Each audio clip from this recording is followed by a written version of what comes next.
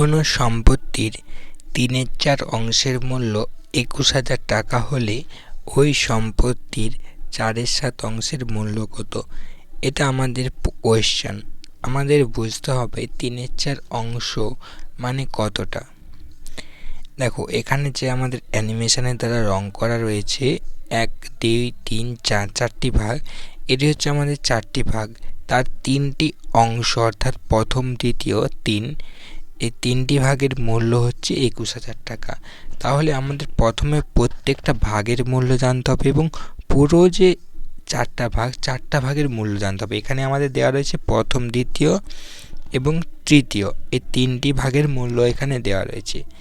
আমাদের প্রথমে প্রতিটা ভাগের মূল্য বার করে 4টি ভাগ সম্পূর্ণ মূল্যটা জানলে সেটাকে আমরা জ-ভাগ-ঘষি করতে পারি। এখানে 4 ভাগ দেওয়া রয়েছে, পরের প্রশ্ন চেয়েছে 4/7 অংশ অর্থাৎ 7 ভাগের 4 ভাগ, 3/4 অর্থাৎ 4 ভাগের 3 ভাগ। তাহলে আমরা যদি সম্পূর্ণটা জেনে যাই সেটাকে আমরা যত খুশি ভাগ করতে পারি।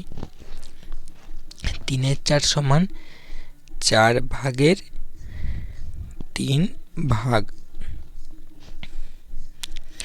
তাহলে আমাদের 3 ভাগ এখানে দেওয়া রয়েছে 21,000 টাকা। 21,000 টাকা যদি 3 ভাগের মূল্য হয়, আমরা 3 দিয়ে ভাগ করলে 1 ভাগের মূল্য পেয়ে যাব 7,000 টাকা। 1 ভাগের মূল্য হচ্ছে আমাদের 7,000 টাকা। 1 ভাগের মূল্য যদি 7,000 টাকা হয়, তাকে 4 দিয়ে গুণ করলে 4 ভাগ অর্থাৎ সম্পূর্ণ মূল্যটা আমরা পেয়ে যাব 4 7 28,000 টাকা।